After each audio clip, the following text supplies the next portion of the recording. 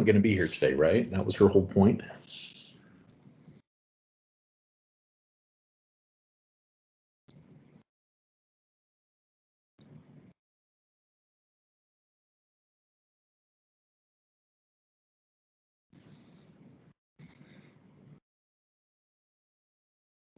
So I'm planning on taking the Reconsidered chapter tomorrow night before I leave, and that was written early this morning. So I assume that means today. Okay. Ah, good. Becky, you're here. Yes, I'm excited. You're excited. I am. I wanted to talk to you because you're asking an important question that several of your peers have asked of Kelly and I. So I wanted to get y'all's advice on this. Okay. So Becky, one of the things wait, is it okay if I talk about your email and how important it is? Yes, of course. Yeah, because I didn't know if that was confidential or not. Okay, so Becky was kind enough to send Kelly and I an email saying that there's a particular way in which an issue pinches her uncomfortably. She's not the only one, though. Several of you have asked me about this, and we haven't come to a decision about it yet. We have the quizzes posted for Friday's lecture, usually somewhere around noon or 1. And then you need to take that quiz before midnight on Friday night. Okay. The reason for that, or our original reasoning is, and Kelly wasn't a part of this discourse because she started on the first day of class. So Kelly, we did a bunch of things you are now having to deal with. Okay. That when we have had multiple deadlines, like Monday's quiz is due Wednesday, Wednesday's quiz is due Friday, Friday's quiz is due Sunday, then that creates all sorts of confusion, and our mailboxes are always full with people said, wait, I thought the quizzes were Monday. Oh, wait, I thought the quizzes were due Wednesday. Oh, wait, I thought the quizzes were due Friday. But so we thought, okay, let's just make that all consistent. Due dates are always Fridays, 11:59 p.m. for everything, right? Here's the thing. What if somebody works noon to 8? You know what I mean? Or what if somebody works, a 10-hour shift from 2 to midnight and they don't have time to get to the quiz? You get where I'm coming from? And so one of the things that I'm curious about is how we can do this in a way that does not increase confusion and therefore mine and Kelly's workload, and yet is still fair for everybody involved. Does my question make sense? Okay. So what suggestions do you all have? Like how can we do this? Because it's not just Becky, right? A couple people work Friday nights. A couple people are primary caregivers and don't have time until Sunday. Like, what's something that we could do where it won't cause confusion?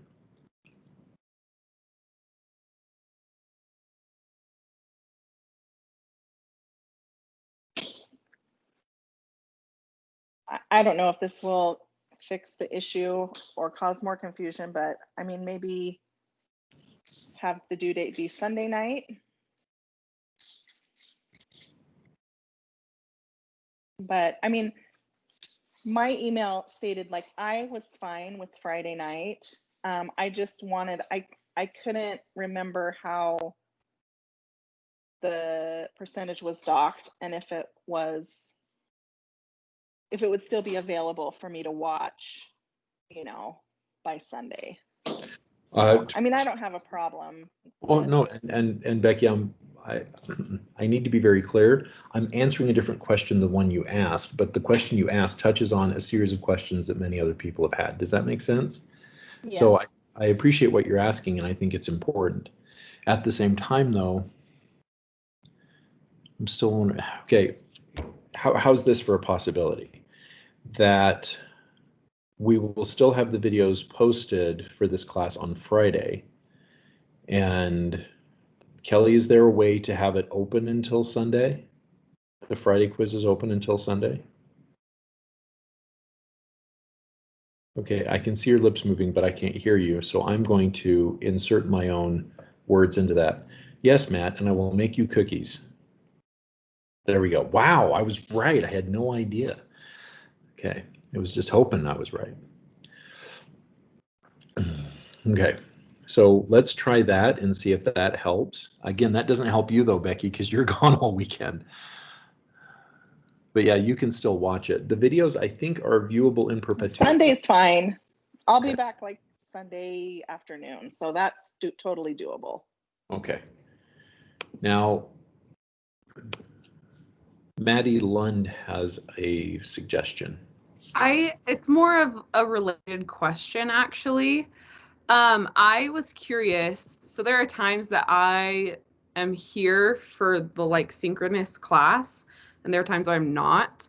But either way, sometimes I would like to be able to see the quiz questions just to make sure I'm paying attention to the details, if that makes sense. Is there a way that I can, without taking the quiz and like accidentally docking myself a point from being here, is there a way for us to do that or no? Does that make sense? I am confused. So the way and things have changed a bit since we originally designed this course to go online. My understanding is that you could watch the video with the quiz open at the same time. Yes. Yeah, but there are sometimes that I'm here for the synchronous class, so I technically don't need to take the quiz. Like right. I'm given 3 points for attendance. But even during those times, I sometimes just want to be able to see the quiz questions so that, like for a study guide of sorts. Oh, yeah. Oh, yeah. And Kelly, didn't we figure out a system for that? Oh, her microphone's still off. So she's just talking about how she's going to make lots of, and not just for me. Wow. So Maddie, I think your question is important. And I think I'm 20% certain that we, okay. So Kelly says she'll look into it some more. So please ask us again on Monday and let us know, or ask us what we've come up with. Would Friday be too soon, Kelly, or should we have it be Monday, or should we have it be Friday?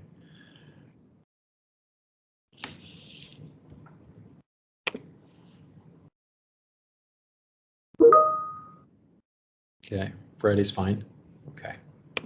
Yeah, so let's go ahead and have it be on Friday that we'll talk about this. So Kelly, if you wouldn't mind emailing me or beginning class with, hey, here's what we figured out. Okay, thank you. Okay, I see another hand up. It is somebody who's not appearing on my screen. Okay, so if you have your hand up, please be brave and say something, because I can't tell who's name. It's me, Natalie. Sorry, I thought I pushed unmute. I didn't hear what you were first talking about when I got on. Something about from Friday to Sunday, like changing a deadline, or I just misunderstood what you guys were saying right when I first got on, because I was a couple minutes late. Oh, so what we're talking about is some people can't necessarily take the lecture quiz on Fridays. Oh. Because of work, home obligations. I know one of our colleagues in the class has childcare obligations, and so we're seeing how much confusion it's going to cause. The Friday lectures, the lecture quiz is available until Sunday at 11:59. So we're going to try this experiment, and if it creates a huge headache, we'll have to figure something out. Oh, personally, for me, I wouldn't mind that, just because everything else is due on Sundays, and it's just easy to remember. I have till Sunday for everything, but I'll do whatever too. Okay, thank you, Natalie. Thank you. Okay, so other questions before we start sharing heartbreaking stories in forensic psychology? I have a question, but it might be a long question. That's what we're here for. Okay. Because if it's coming from you, it's got to be interesting. Of course. So this is a situation I was in the other day, and it definitely relates to forensic psychology, but I wasn't sure what to do or if there was anything that I could do. So my roommate and I were driving home from the store, and we see someone on the side of the road, like lying down, and then someone else sitting next to them, sort of on top of them, maybe doing CPR or something. And so we pull over, see if there's anything we can do to help. And we get out of the car, and there's like, we hear just like wailing or like screaming, sobbing, something. And so that's really scary, obviously, because I'm like, well, did the person die? That's really scary. I get closer and I realize the person did not die. And there is another person there on the phone. From hearing, well, so the person on the ground is the one wailing, and the person next to them is sort of restraining them.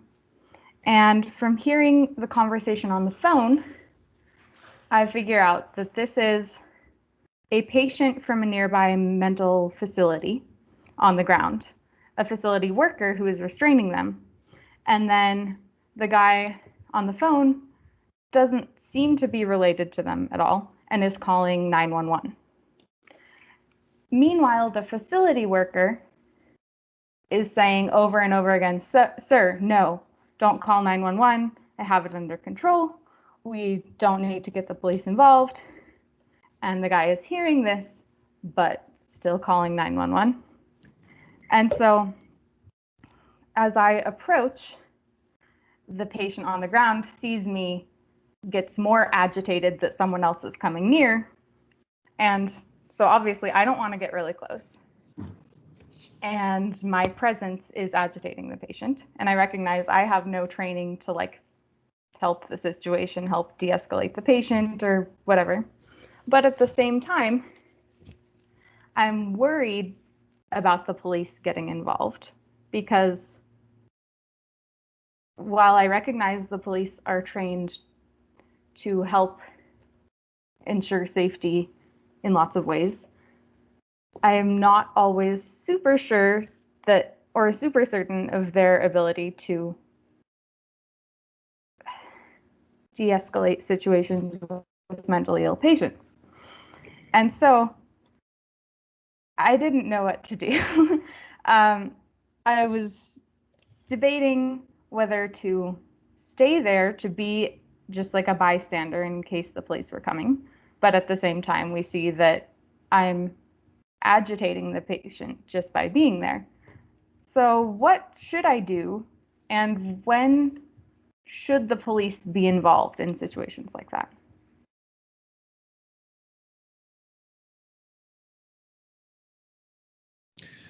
Okay, what you should do is, as Miriam the citizen, is different than what you should do as a lawyer or as a psychologist, right? And so I'm glad you already pointed that out.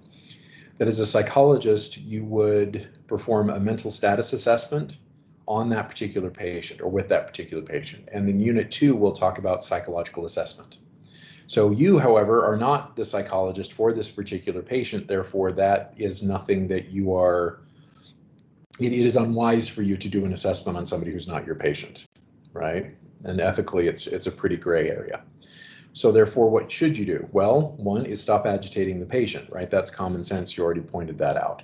Number two is to step back out of the patient's view and to make sure that what's going on is what's going on, right? If it's some predator who has tackled somebody and is harming them and telling you and lying to you and saying, hey, actually, I'm a psych tech, this is a patient, and the poor person on the ground is screaming, I'm not a patient, get this crazy man off of me, right? That's a different situation.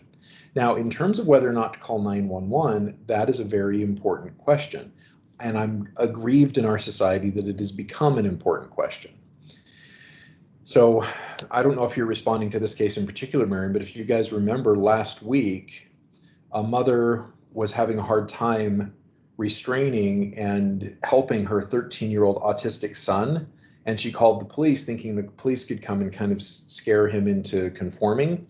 And instead the police came, and when the boy acted in an agitated and a directed and aggressive manner towards the police, even though the 13-year-old boy was unarmed, the police shot the kid. So the police shot up a 13-year-old autistic boy last week.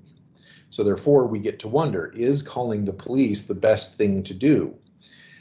And this is where we're stuck, because the answer is, in general, yes. I would rather call an ambulance than the police. right? So if I called 911, I would say we have a patient on the ground. The hospital representative for the patient has restrained the patient, but the hospital representative is alone and could need help. We need an ambulance here, right? Now, the police will still probably come because that's the way, you know, you call one person. Like, remember that time you got in a bad car accident and you called for an ambulance and the fire department and the ambulance and the police all showed up? And that's typically the case because all of them are trained to be first responders.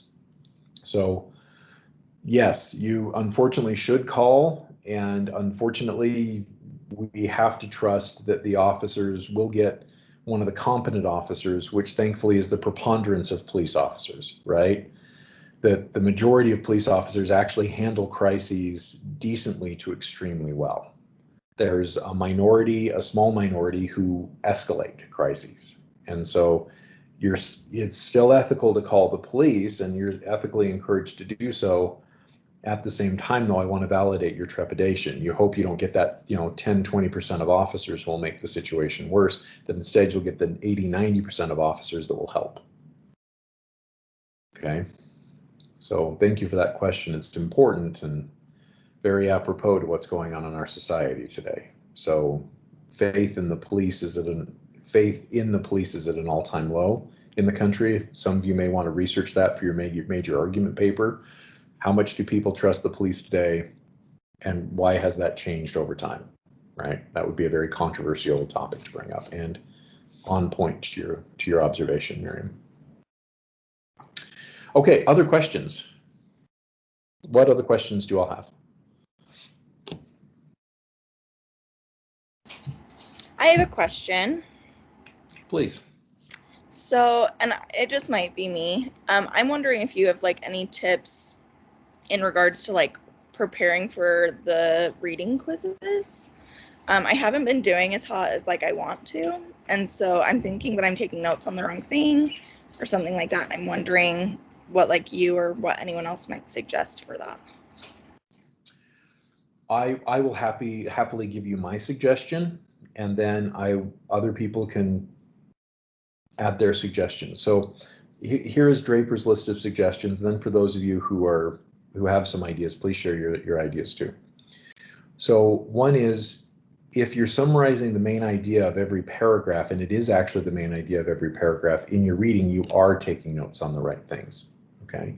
The trick is to make sure that they're put in your own words so you're actually cognitively processing what you're reading. And so I presume, Stephanie, that that's what you're doing, and if so, keep it up.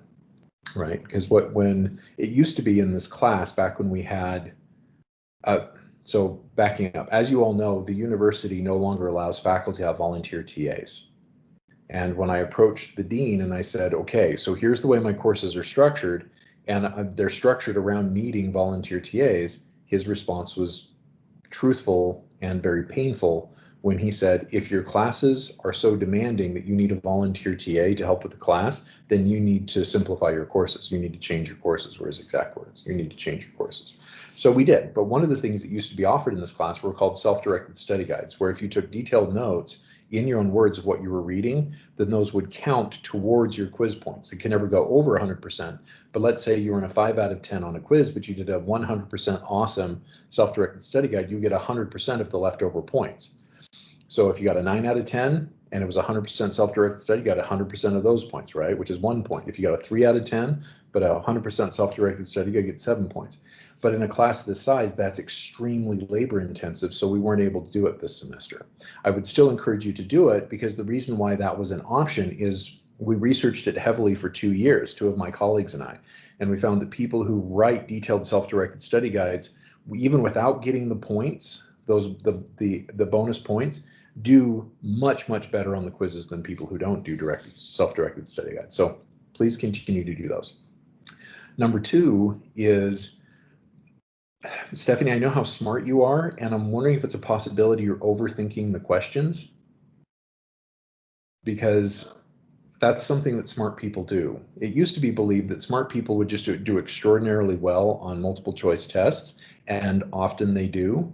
However, it's also the case that some people they start analyzing and overanalyzing and overthinking the question that then inhibits how well they do on the quizzes. Okay, and so one of the things to learn is how not to overthink the questions. None of the questions we wrote for this were ever intended to be trick questions. Okay, and I would argue that we also go through and look at what are called the data analytics, meaning that if there is an item that has what's called a negative item total correlation, meaning that people who do well on that item do poor on the quiz, and the people who do poorly on that item do well on the quiz, meaning the question is bogus, then we eliminate those questions. And so, yeah, please endeavor not to overthink. And then the other one is, it's important to take quizzes in a distraction-free area when you're able. And I don't know about you all, but I don't live a distraction-free life. And so it can be hard to create those spaces. And then the last thing is endeavor not to procrastinate. Okay, so those are some ideas I have, like try to take the quiz early rather than late if possible. And Becky also has a suggestion. Actually, I need some advice from you, Matt. So I have severe test taking anxiety. So maybe a lot of what other students' problems are included, the same as mine, is knowing that there's a time. And I never have a problem with instructors assigning a time. I think it's important so that students do the reading and stuff like that. And don't have their phone opened up to Google or whatever at the same time. Not that that would really help, but Well, so do you have any like tips to prepare? Because it literally is a thing for me, like the test anxiety. When I sit down, I've studied, I've read, I know what the material is, and then I push the take the quiz and my mind just goes, bleh. And I will say the extra 2 minutes has been a godsend. So thank you for that. yeah, it's on my screen Kelly. there. Yeah, you might want to thank her. She said, Thank you, this, Kelly. so That stupid pop-up box that gives you 10 seconds left, it's the worst. So anyway, any tips on how to? Well, one of the things, and this may not be helpful, and yet I'd still like you to struggle with my feedback. I think it's important and it's very okay for you to feel anxiety. Okay. The trick is how to make the anxiety less distracting.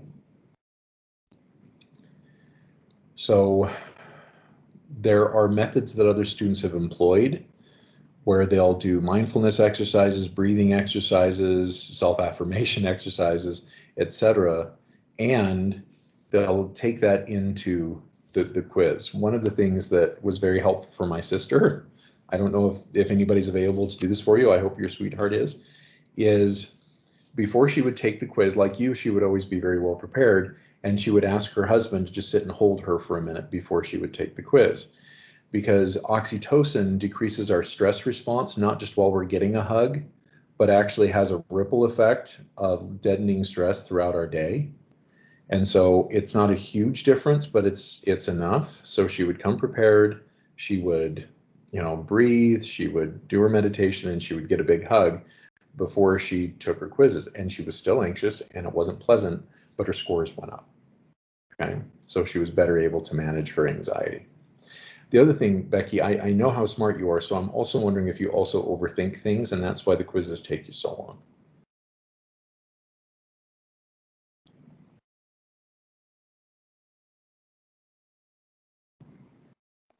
Yes, that is my MO. Overthink everything.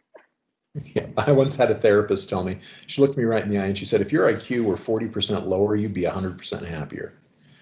And it was her challenge to say, please let things be simple. You're so philosophical, you're so academic that you can take a simple statement made by a cartoon character in an anime and write a 10-page philosophical treatise on the assumptions of that one statement. She said that has its time and place, but when you're doing something simple, like taking a multiple choice quiz, please let it be simple. And so that's something that I would like to be your mantra.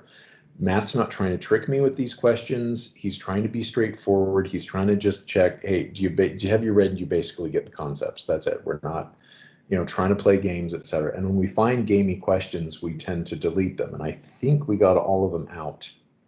And so the quiz results this semester have been very coherent and consistent. So I think we got all the gamey questions out. And by the way, the gamey questions weren't intended to be gamey. So I hope that'll help as well.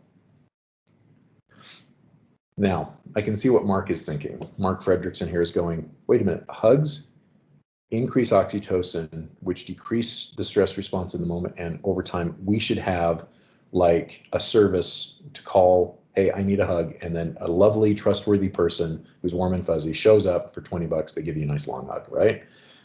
Do that, Mark. So run with that idea.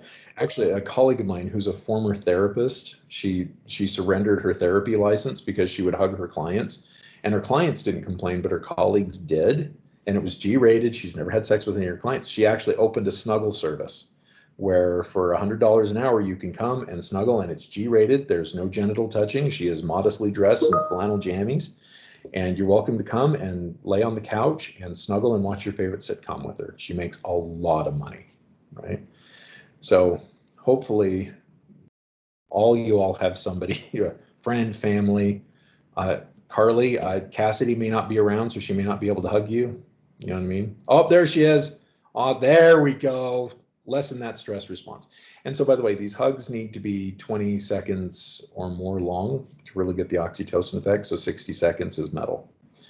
Okay, so I know no one of these suggestions are a silver bullet, but if a couple of these will raise your scores by a point or two, then I think it's been worth our time to talk about them.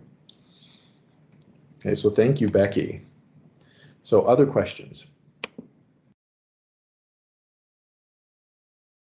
DoorDash hugs, that's great, Kelly. Hug Dash. Okay. So in 20 minutes, can I tell this story? I'm going to try. Okay, where we left off last time, Kelly, can you see my Google screen? The top word is inhibition. Oh, Kelly's microphone doesn't work. Becky, can you see my screen? The top word is inhibition. Yes. Excellent, thank you.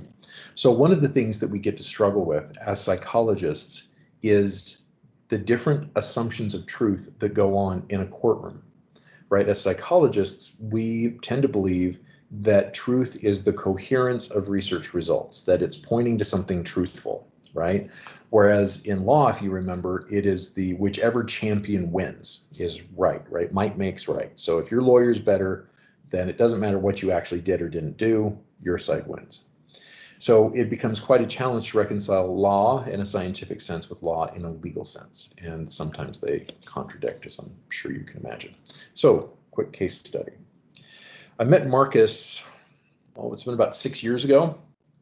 39-year-old Caucasian father of 4 children, and he had been separated for a year at the point I met him.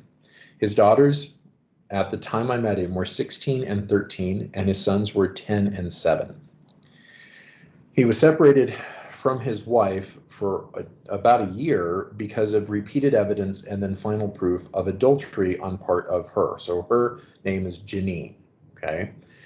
And they were headed towards a divorce. The separation, there was no reconciliation that happened, so the separation was barreling towards divorce.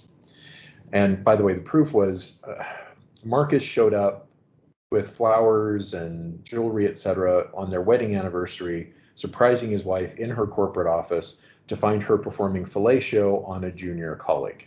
And so he, the secretaries, etc., were because it was so cute and so romantic, and that's Marcus, right? He's the kind of guy with giving poems and chocolate and flowers and very thoughtful and little thank you notes. That's Marcus. He's just sweetheart, romantic kind of guy. And so the secretaries in the corporate office loved it when he would show up and surprise her. And so it wasn't just Marcus who caught her giving a blowjob to her junior colleague. It was two of the admins as well. So Janine was embarrassed, but contained her embarrassment well and didn't apologize and just said, you need to go now, right? As Marcus starts sobbing right there in her office. So Marcus was a stay-at-home dad, and Janine is a very successful professional executive. very successful. So Marcus was, we'll talk about this more in a minute, but his profession could not generate the amount of money that hers could, and they both felt it important that somebody be at home raising the children. So Marcus then paused his career to be a stay-at-home dad. So Janine moved out of their very spacious home and into an apartment downtown, leaving Marcus with both kids. This was initially. And she stopped paying the bills at the advice of her lawyer. So she stopped paying the house payment, the car payments, and everything else. She just stopped paying everything. Marcus, within a couple of months, as I'm sure you can imagine, started getting foreclosure notices, and he would call and text and ask for Janine's help. She refused. Now, playing the voicemails back and reading the text messages, she was always very polite. She would just say, at the advice of my lawyer, because I don't know the outcome of this case, I have divested myself of any and all assets in the home. So when they had bought the home was in her name, not in their name. And Marcus, of course, when they first bought the home a few years previously, thought everything was okay. And so it turns out she had remortgaged the home, took the equity, and her claim is she gambled it away. So she went to Las Vegas and she just lost a few $100,000 at the table. She was tipsy, and she's very apologetic in the text messages that Marcus saved, that she is so sorry, she can't believe that she did that, and she knows that she put Marcus in a difficult position, but that's just the way it is. So no apology, just an explanation. So Marcus, quite early in our sessions, talked about how she hates gambling. She's never gone gambling. She has contempt for those who waste money in Vegas. And so Marcus shared his belief with me that she remortgaged the home, took all of the equity, of which there was substantial. She nearly paid cash for the large house to begin with. So she had massive amounts of equity, and he suspects that she converted to cash, and rather than gambling it away, he thinks that she stashed it somewhere, but he has no proof. So one of the things that still boggles my mind, looking back at the notes about on Marcus and Janine, there was very little acrimony. So acrimony means like acid hate, like right, at one another. You bastard, you bitch, right?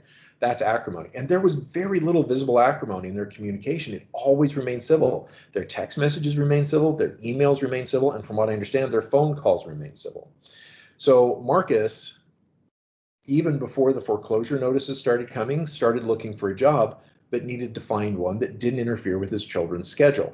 They don't have any friends or family here, and Marcus was pretty squirrely about daycare for two reasons. Number one, he can't afford it. And number two, he'd heard horror stories about what happens to kids in daycare. So he worked as a graphic designer before staying at home as a full-time dad, and he simply cannot make as much money as his wife. So his wife makes many, many figures of dollars, and he's getting job offers in the mid to high 40s range. So 40,000 range. So he's making a 10th to a 15th amount that his wife makes annually. So he did find a job again, couldn't keep the house. He would have to pretty much pay his entire monthly salary towards the mortgage to keep the home.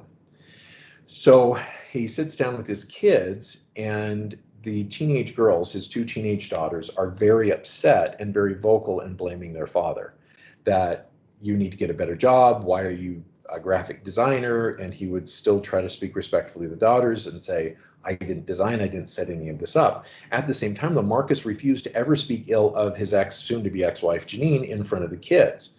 And so, unfortunately, that perpetuated the illusion that because he was the one at home with the four kids, and because all of the stress was happening in that home, that then he was the adult responsible, right? When the mortgage isn't getting paid, kids look to the nearest parent. They don't stop and think, oh, well, mom isn't paying bills, right? And Marcus wouldn't speak ill of mom.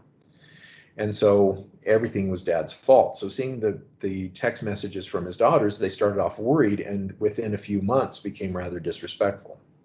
So back to Janine. She was a vice president in a company owned by her father and currently run by her brother. So this is nepotism, and nepotism is generally a very bad idea. There's an old adage, never hire friends or family to work with you. However, she is apparently, and by all accounts, extremely good at her job.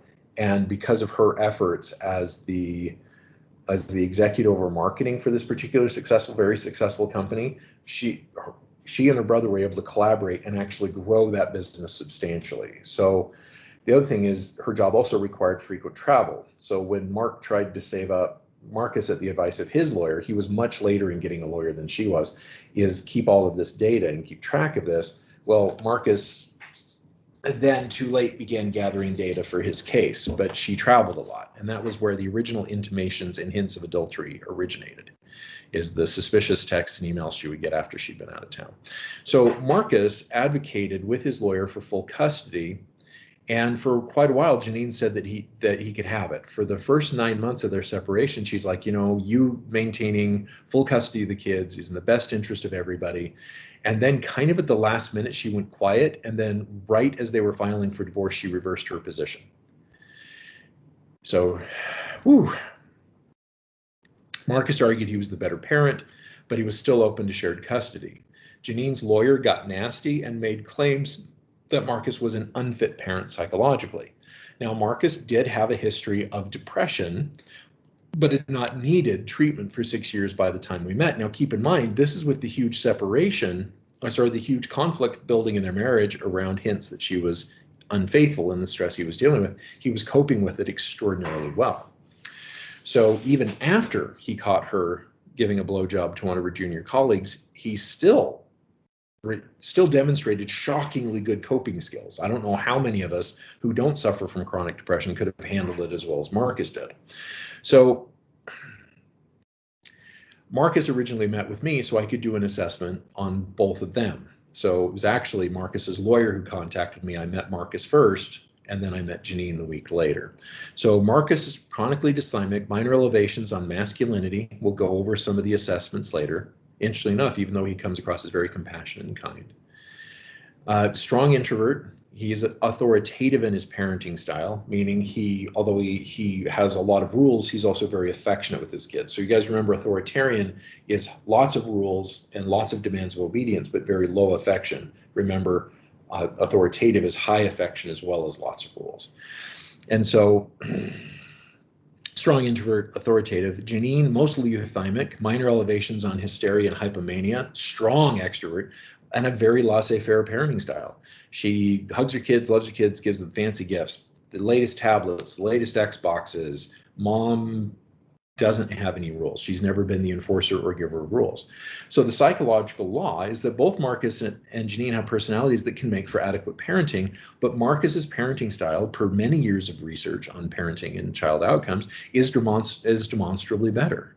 So I wrote up a lengthy report. Here's their parenting styles. Both of them are psychologically fit. His parenting style is a better parenting style. And so the court ruled that Janine got full custody. So Marcus didn't get custody at all. The court ruling was that Marcus was only granted visitation. Now, the court's reasoning is that Janine was the mother and therefore should have full custody, given that nothing in the evaluations indicated that she was an unfit parent or harmful to the children. So the court defaulted to the mom, okay? And by my own evaluation, she is not an unfit parent. She's not an ideal parent, but she's certainly not unfit, psychologically speaking. And so the big WTF here, in order for a man to have custody, then the woman has to be proven significantly unfit. So for a woman to have custody, all she has to be is a woman, right? Now, some of you have been through custody battles and have found that in some courts, they actually flip it around, but those courts are in the minority. So no, this story does not have a happy ending. Both girls, due in part to lack of parental supervision, ended up significantly involved over the past 5 years in pregnancy, drugs, alcohol abuse, etc. Mom was never home to supervise them. Marcus ends up living in a cheap apartment with roommates, saves money like a madman, which meant he had no money left over for Disney trips, cruises, electronic toys, new cars, etc. He sued for custody, again for the boys 4 years later, who were then 14 and 11, and Janine did not contest him. But in order for him to get custody of the boys, he had to agree that he wouldn't charge her any child support at all. So the daughters will still not speak to Marcus, last I heard. I just heard from him last year, but he has a very good relationship with his sons. Now, Janine, thankfully, remained the fun trips, fancy toys parent. So the boys would still get spoiled from mom, but mom had very little to do with them. She's the kind of mom who breezes in on their birthday, drops several $1,000s worth of presents, and then disappears for months at a time. So the law of psychology contradicted the law of the court, right? In psychology, Marcus, the ideal scenario would have been Marcus had predominant custody and Janine would pay child support and alimony, right? That would have been the best all around psychologically. Unfortunately, the court didn't see it that way. And because Marcus's lawyer was a lawyer Marcus could afford, this guy would show up late, sometimes didn't show up at all to these various hearings. Janine's lawyer, much, much more expensive, was of course the champion in the court. And so Marcus lost. So it's one of the things to brace yourself for if you're going into forensic psychology, that the truth in psychology, Marcus is a better parent, isn't the truth in the field of law, right? Now, oftentimes they overlap, but sometimes they don't. Okay, any comments or questions as we close our discourse for the day? Oh, what? Nope, I still have 10 more minutes. Woohoo! So I was looking at the timer on Teams versus the timer on my computer. I still have a few more minutes. So what questions do you all have or observations? I've got a question, Matt. Please. I'm not as smart as you think I am. I guess. Will you? I sincerely doubt Will you? you are. Will you define dysthymic and euthymic for me? Oh, great. Yes, thank you. Be happy to.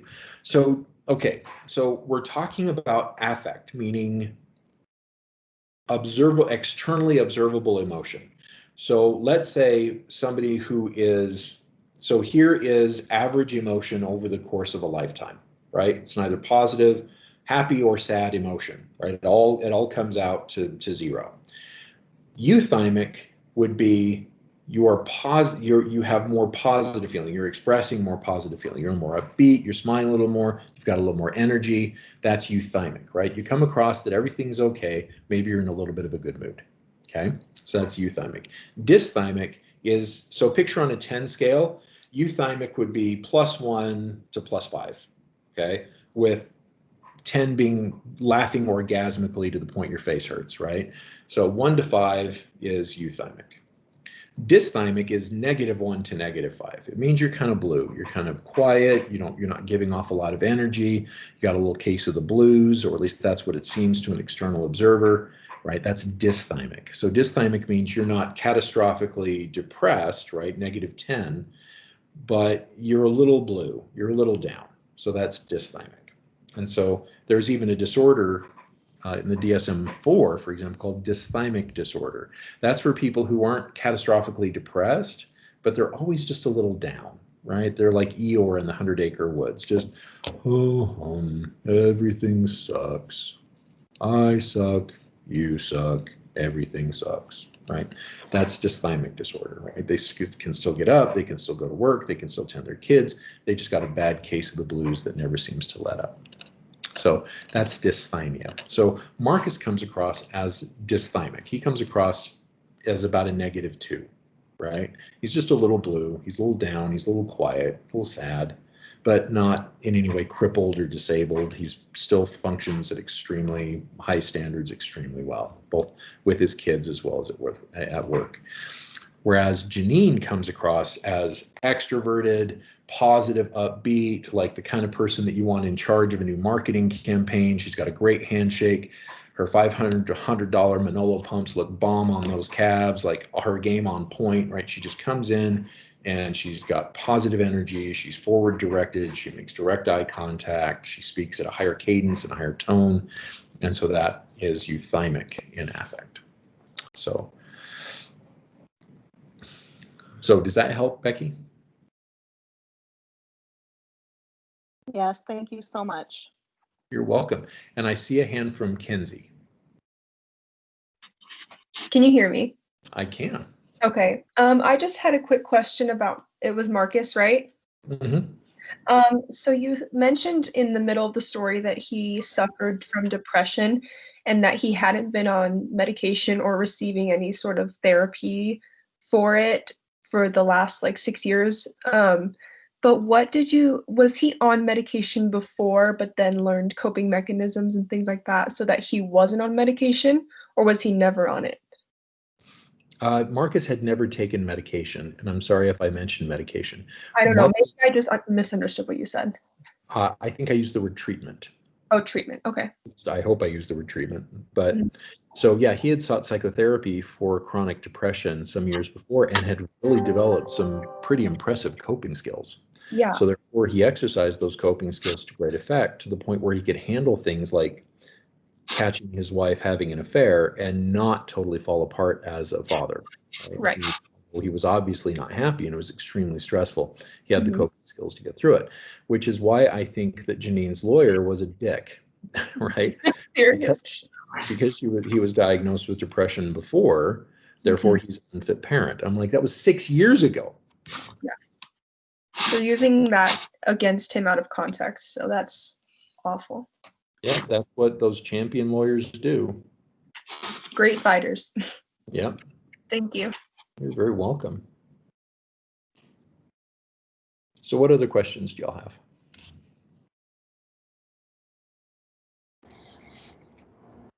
So is it like all over the country that they usually go to like the mother? Because like I've heard that Utah is like a mother state, but I've never been involved in any custody stuff. So I'm not entirely sure how it all works. But are there some states that would be considered more fair than Utah, maybe? Maybe. I know that the national average is all things being equal, custody goes to the mom. Okay, in Utah, it's much more the case. But even in general, the national average is that. Now, state by state, I don't have state by state data in my head, but the national average is still what it is, and that is all things being equal, moms get custody. Now, there are fascinating exceptions to that, and that is if the father is particularly charismatic, dynamic, which, as you guys know, correlates with narcissism, then fathers have been shown to be able to sway the courts through their lawyers and with their lawyers' help, where fathers can have more rights than is perhaps healthy for the family. Some narcissistic dads can. And so there's even a Facebook support group for women who feel like they've been really screwed over in the courts by their narcissistic ex manipulating the courts. Okay. Now, I'm both sympathetic to that as well as always skeptical, right? You guys know my usual position is hopeful skepticism. Hopeful because I think it's important for these women to come together and support each other. And then also a little skeptic because when I hear some of their stories, I'm like, okay, I get where you're coming from. At the same time, though, when I hear their stories, they're not aware of how they shot themselves in the foot and took away power their lawyer could have had in fighting for them. Like there's a dynamic called borderline personality disorder, for example, and the best psychological defense against borderline personality disorder is narcissistic personality disorder. Well, the best defense against narcissistic personality disorder is borderline personality disorder. And so couples can get in this terrible negative feedback loop where if you pull them apart, his narcissism goes way down and her borderline goes way down, right? But you put them together and they spin up. Well, narcissism is more effective in the long run for manipulating other people than borderline is. Borderline's much more effective in the short run. Narcissism is much more effective in the long run. And so therefore, these women are understandably upset that their narcissistic exes got more custody or more of the benefit in the courts, et cetera, than they did. But when I hear their stories, I'm like, if you said that in court and you say you said that in court, you just took 60% of your power and 70% of your argument away by saying that in open court. You know what I mean? When they, oh, he's an ass. You don't understand what a jerk he is. Judge, you don't understand. Telling a judge he doesn't or she doesn't understand is a great way to lose a lot of power with the judge, right? So, hopeful skepticism. Do you believe that the mother usually winning over the father for custody is more of a legal issue or is it more of a social construct issue? Both. I don't know that I could say it's one or the other because our legal issues are embedded in our social constructs, Maddie. So here's another frustration I have, again, talking about psychology law and legal law. On average, women are better caregivers than men. Mm-hmm. So therefore, our social constructions are based in certain observations. Now, that's not to say men can't be good caregivers. They can. It's interesting that male caregivers are caregivers in slightly to very different ways than female caregivers are. You know, they overlap a lot in the middle. Like you have dads who are single dads who are both mom and dad and balance those two things very well a lot. And you have moms who are single moms and are somehow both mom and dad and balance those things very well. Those people are kind of extraordinary. You've got the people in the middle who are just struggling to survive, being single and having a parent, etc. And they're not as available to their children on average just because they're trying to survive, right? And so our social constructions come out of observations that typically women are better caregivers of children than men are. But again, there are so many exceptions to that claim. Thank you.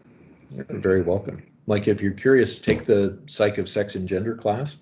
We actually have a whole unit about how when all the sexes are given radical freedom to choose their own career paths, like radical freedom, then women vastly disproportionately gravitate towards careers that are people-oriented, and men vastly disproportionately gravitate towards careers that are thing-oriented.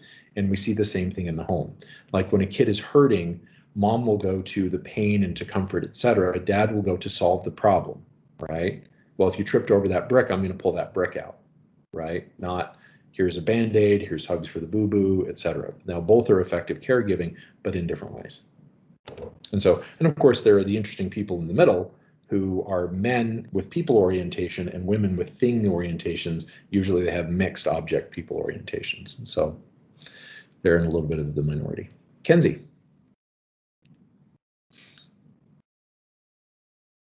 Sorry, was my hand raised? No, it may have been old hand. Okay, old hand. Sorry about that. Not a problem. Okay, guys, we're a little bit over time today. Thank you very much for the chats. I do not like teaching online because I'd much rather have us in the same room together eating tacos or donuts together. But for now, this will do, and I appreciate you guys actually giving feedback, etc. That makes this much more enjoyable for me. So I appreciate you guys. So we will see you all on, today's Wednesday, right? So we'll see you all on Friday, and we will continue talking about law versus psychology. Okay, so bye-bye, guys.